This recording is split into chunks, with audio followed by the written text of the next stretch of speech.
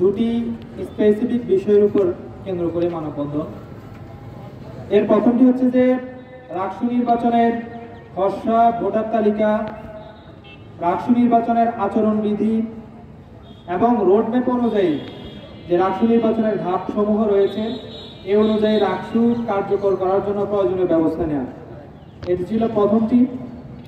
আর দ্বিতীয়টি ছিল আবাসন সংকট নিরসনে প্রশাসনের প্রয়োজনীয় ব্যবস্থা গ্রহণ করা। দেখেন, রাকসু এই যে আমাদের জুলাই আগস্টের অন্যতম, আমরা যে জুলাই আগস্টে আমাদের যে বিপ্লব সংগঠিত করেছি, আমরা যে 9 দফার ভিত্তিতে এই বিপ্লব সংগঠিত হয়েছে, এর অন্যতম একটি ছিল প্রতিটি বিশ্ববিদ্যালয়ে শিক্ষা প্রতিষ্ঠানে ছাত্র সংসদ নির্বাচন কার্যকর করা। বিপ্লবের পরের সময়ে এসে যখন আমরা বলছি আমাদের সরকার, আমাদের প্রশাসন বিপ্লবী প্রশাসন, এই কথাগুলো যখন আমরা বলছি, এই কথাগুলোতে একটা গ্রাউন্ড তৈরি হতে হবে। এই কথাগুলো গ্রাউন্ড তৈরি হওয়ার জন্য আমাদের একমাত্র উপলক্ষ হচ্ছে আমরা দেখতে চাই বিশ্ববিদ্যালয়গুলোতে যেন ছাত্র সংসদ নির্বাচন কার্যকর থাকে। আমরা দেখতে চাই বিশ্ববিদ্যালয়ের শিক্ষার্থীরা যেন পূর্বের মতো আর প্রতিটি ইস্যু নিয়ে দাবি জানাতে না হয়, প্রশাসন যেন এক বাড়িয়ে শিক্ষার্থীদের সংশ্লিষ্ট কাজগুলো আগে থেকেই করে দেয়। সেইটি যদি বাস্তবায়ন করতে পারে তবে আমরা বলতে পারি এটি আমাদের প্রশাসন, আমাদের ম্যান্ডেটের প্রশাসন, জুলাই আগস্টের প্রশাসন। আপনারা লক্ষ্য করেছেন রাকসু নির্বাচন নিয়ে প্রশাসন থেকে যে পরিমাণ তৎপরতা আমরা প্রথম দিকে লক্ষ্য করেছি, কিন্তু নির্বাচন কমিশন গঠন করার পর থেকে আমরা ততটাই তাদের পক্ষ থেকে তৎপরতা কমানোর আমরা লক্ষ্য করেছি। আমরা জানতে পেরেছি এখন নির্বাচনের পূর্ণাঙ্গ সবকিছু বিষয় রাকসু নির্বাচন কমিশনার যারা আছেন তারা মিলে নির্ধারণ করবেন। সেই ক্ষেত্রে গত মাসে রাকসু নির্বাচন কমিশন গঠন করা হলেও এখন পর্যন্ত তারা একটি ফর্মাল মিটিং সম্পন্ন করতে পারে নাই। এর চেয়ে অথর্ব কমিটি আর কি হইতে পারে বলে মনে হয়? যে কমিটির মাধ্যমে রাকসু নির্বাচনের প্রাথমিক যে কার্যক্রম, এই কার্যক্রম যে কমিশন শুরু করতে পারে না, এই কমিশন যে আগামী জুন মাসে রোডম্যাপ অনুযায়ী রাকসু নির্বাচন কার্যকর করবে তার কোনো গ্যারান্টি নাই বলে আমরা মনে করি। এজন্যই আমরা আজকে মানববন্ধনে দাঁড়িয়েছি।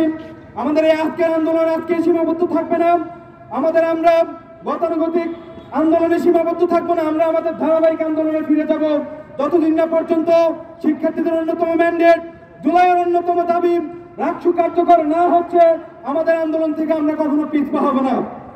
সম্মানিত বন্ধুগণ, আমরা একটি দাবি তুলেছি যে আবাসন সংকট নিরসনে বিশ্ববিদ্যালয় প্রশাসন একটি স্পেসিফিক রোডম্যাপ প্রকাশ করবে, যে ঠিক কয় বছরের মধ্যে, কয় দিনের মধ্যে, কয় যুগের মধ্যে আমরা আসলে বিশ্ববিদ্যালয়কে একটি পূর্ণাঙ্গ আবাসিক বিশ্ববিদ্যালয়ে পরিণত করবো, তা বিশ্ববিদ্যালয় প্রশাসনকে জবাব দিতে হবে।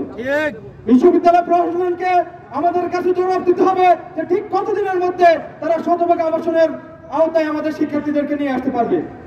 যতদিন না পর্যন্ত তারা এটা নিয়ে আসতে পারবে ততদিন পর্যন্ত তাদের ব্যর্থতার দায় স্বীকার করে নিয়ে আমাদের শিক্ষার্থীদেরকে আবাসন ভাতা প্রদান করতে প্রশাসন বাধ্য বলে আমরা মনে করি। আসলে প্রতিদিন এইভাবে প্রশাসনিক ভবনের সামনে বসে মানববন্ধন দুদিন পর পরে হচ্ছে, আমাদের একটা যৌক্তিক দাবি নিয়ে প্রশাসনের মুখোমুখি হয়ে দাঁড়িয়ে দাবি আদায় করতে নিজেরই খুব খারাপ লাগে। আমরা শিক্ষার্থী, আমাদের অনেক কাজ আছে, প্রশাসনকে এই জিনিসটা বুঝতে হবে। 5ই আগস্টের পরে একটা যৌক্তিক দাবি রাকসু, যেটা আমাদের জুলাই আন্দোলনের একটা অন্যতম দাবি ছিল, সে দাবিটা উপেক্ষা করে আজকে প্রশাসন নির্লজ্জের মতো তারা এই চেয়ারগুলোতে বসে আছে।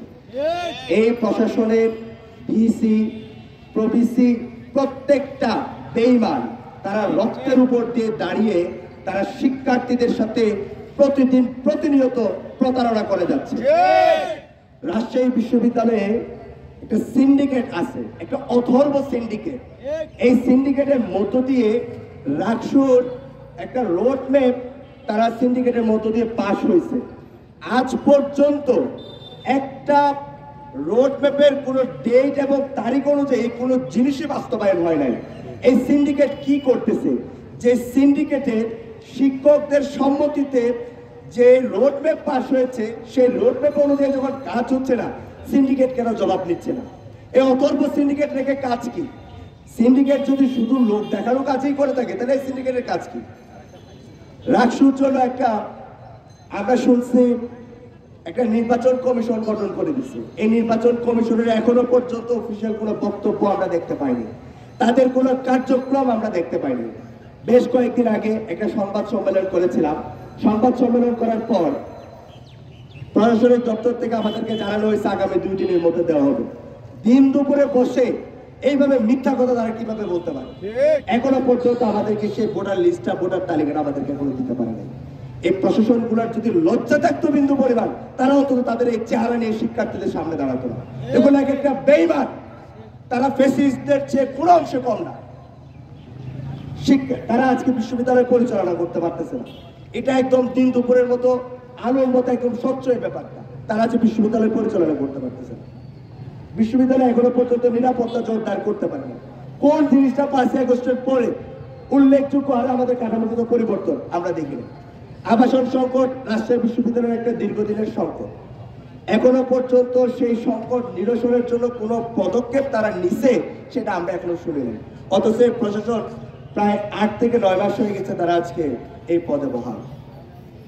তো যদি এখন আমরা যদি আমাদের তো শিক্ষার্থী, আমাদের কাজ আছে, আমাদের ক্লাস আছে, আমাদের পরীক্ষা আছে, আমরা প্রায় এখন অনেকের এখানে হচ্ছে অনার্স শেষ, মাস্টার্স শেষ, জব সেক্টর নিয়ে ভাবতে হচ্ছে, নিজের কেরিয়ার নিয়ে ভাবতে হচ্ছে। তো আমরা যদি এগুলো না করে প্রশাসনের সামনে এগুলা বলবো, খালি দাবি আদায় চেয়েই যাবো, দাবি আদায় চেয়েই যাবো, কিন্তু আমরা কোনো পদক্ষেপ আমরা দেখতে পাই না। এই প্রশাসনগুলোকে কি বলবো? আমি বলতে চাই, রাজশাহী বিশ্ববিদ্যালয়ে যারা প্রশাসনিক দপ্তরে যারা আছে, আপনারা খুব ভালো করে জানেন আমরা কারা, আপনারা খুব ভালো করে জানেন আমরা কি করতে পারি। আমরা এখনো পর্যন্ত আপনাদেরকে দাবি আদায় করে যাচ্ছি। আমরা সংবাদ সম্মেলন করেছি, আজকে শান্তিপূর্ণভাবে আমরা মানববন্ধন করেছি।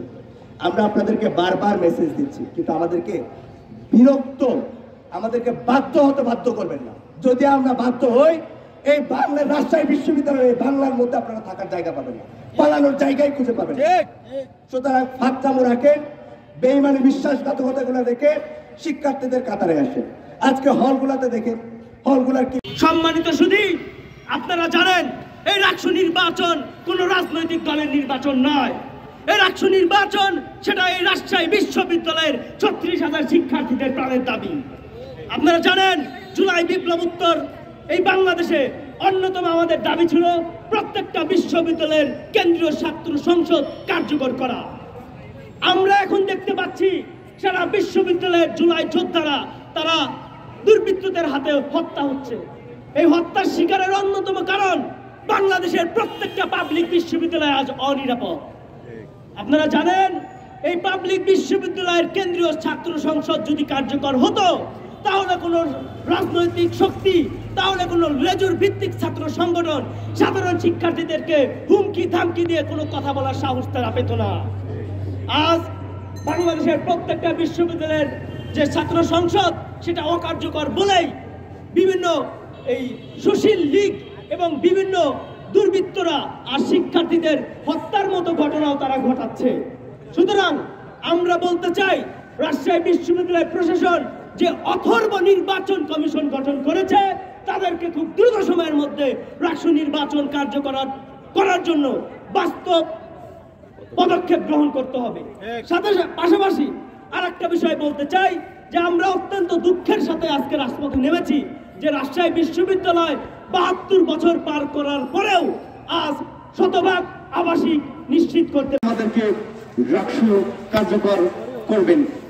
এবং আমরা লক্ষ্য করছি যে 72 বছরের একটি পুরনো বিশ্ববিদ্যালয় আমাদের রাজশাহী বিশ্ববিদ্যালয়, কিন্তু এখানে শতভাগ আবাসিকতা নেই। আমরা শিক্ষার্থীরা আবাসন সমস্যায় রয়েছে। আপনারা লক্ষ্য করবেন আমাদের যে সাকিব রায়হান হল নির্মাণাধীন সাকিব